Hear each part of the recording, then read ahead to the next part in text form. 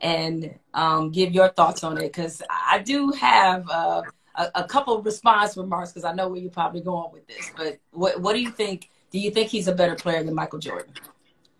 I mean, that's hard to say because they didn't play in the same era. They never played against the same competition. But if you look at what Jordan did, he played in the era where basketball was real hard and real aggressive, and there wasn't a lot of fouls called, and he had to go up against the beast in the East and the West.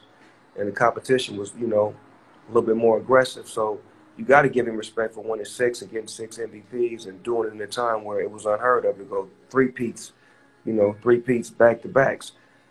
But at the same time, when you think of LeBron James and him going to 3 different organizations, mainly organizations that were terrible, that probably wasn't even going to the playoffs, to going to the finals and winning the finals within a 2-year period is amazing.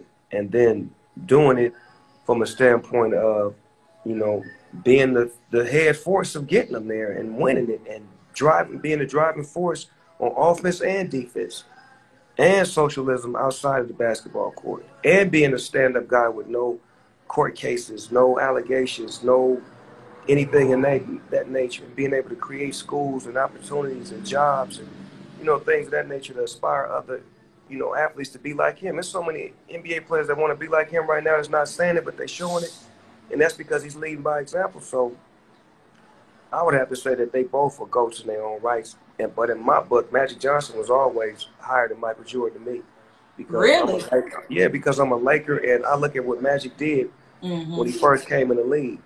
He took over the control when Kareem got hurt against the 76ers in 1980. I was watching that game as a kid. And he played center, forward, and guard. He put up 42 points, and he hit the great Dr. J in Philadelphia to win that championship in his rookie season without Kareem Abdul-Jabbar. That's like saying, you know, we got a 1-2 punch, but the number 1 goes down, and all of a sudden the rookie, you know, comes through and wins it all against this seasoned vet team right here. Jordan didn't do that. His rookie season, he was good, but he wasn't that good. You understand what I'm saying? I do. I mean, and not only that, we have to look at the fact that Magic Johnson, him and Larry Bird combined single-handedly, they saved the NBA. I mean, Magic and Bird took the NBA off tape delay. Like, the games weren't even live, and they changed that. So I'm not mad at you for listing Magic, but I'll say this, Snoop, and you can respond to this certainly. I don't think there's anything LeBron James can do, and this is not a knock, and this is not a slight. I think he's the greatest player of this generation, but I don't think it's anything that he can do to be the best player as Jordan did. I think Jordan's probably still number 1. And trust me, it hurts my heart to say this. I'm from Detroit. I don't like to give Michael Jordan credit for shit, okay? This hurts me to say this. But you lived it. I mean, it was a different thing when that dude was at the height of his career. Like, nobody else could win. Barkley couldn't. You know, he beat Magic. Gary Payton couldn't win. They had to wait to gravy train the championship. Like, they couldn't win. So, but back then, what LeBron is dealing with is what he wasn't dealing with. It wasn't like super teams, like the best players in the NBA all on one team. Like, it wasn't like that. It was like they were separated. You had great teams all over the league. The team LeBron James faced in the finals was like super teams. Like, he had a super team, and he was going up against a super team. And then you got to look at, well, you know, LeBron James went to the finals 9 times in a row. Went with 2 different teams.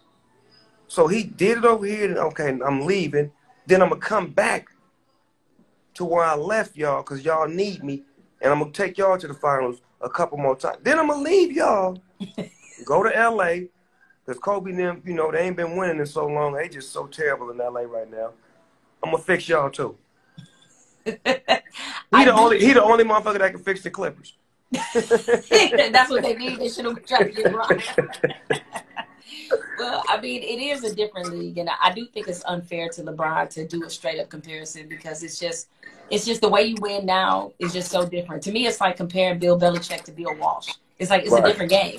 Like, you know, it's free agency in the NFL. Bill Walsh was an innovator creating the West Coast offense. Like, it's just different. And then we got to look at this, too. We don't never give Kareem Abdul-Jabbar, Bill Russell, Wilt Chamberlain. You know, these are guys that did things that have never been heard of. 11 championships. Kareem Abdul-Jabbar with all them points. Motherfucking Wilt Chamberlain, 100 points in one game. Like, that don't put you in that status. Like, these kind of shits has never be done before, but we forget about them because there's not a lot of footage. And one thing about black history, we bad at it. We terrible at black history.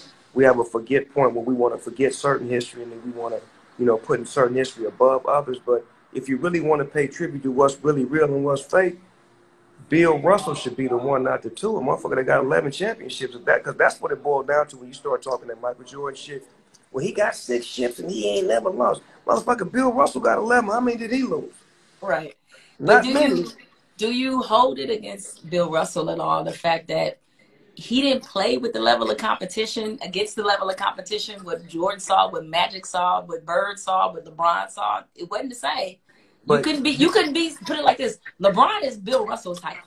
They're the same size. But I'm saying, though, when basketball was out at that time and era, all the dynamic shit wasn't created, so it was fundamentally dribble the ball 5 times, pass it 3 times, then look for the shot. So everybody was doing the same shit, so it wasn't like you had to be that creative, but it was still a game that was evenly based. Nowadays, the shit is everybody shoot threes and they passing up layups, dynamic offenses, pick and rolls.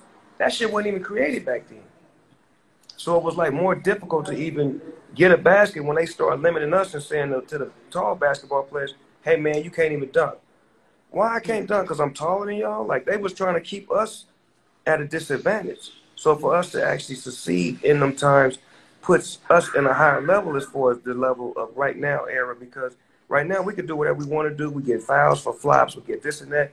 You don't know what that era was like. You don't know how it was for a black man to have to go in these white arenas and be dealing with racism and dealing with all of this, and then to try to have to score, and then dealing with the mafia and dealing with all of that, and then to be able to say, well, he had a successful career and did this and that. That to me is gold status, to survive that. Now, I'll say this. I think as a player, it's certainly debatable, LeBron versus Michael Jordan. They're two different. I mean, I don't even know why we compare them anyway, because they're not the same type of guy.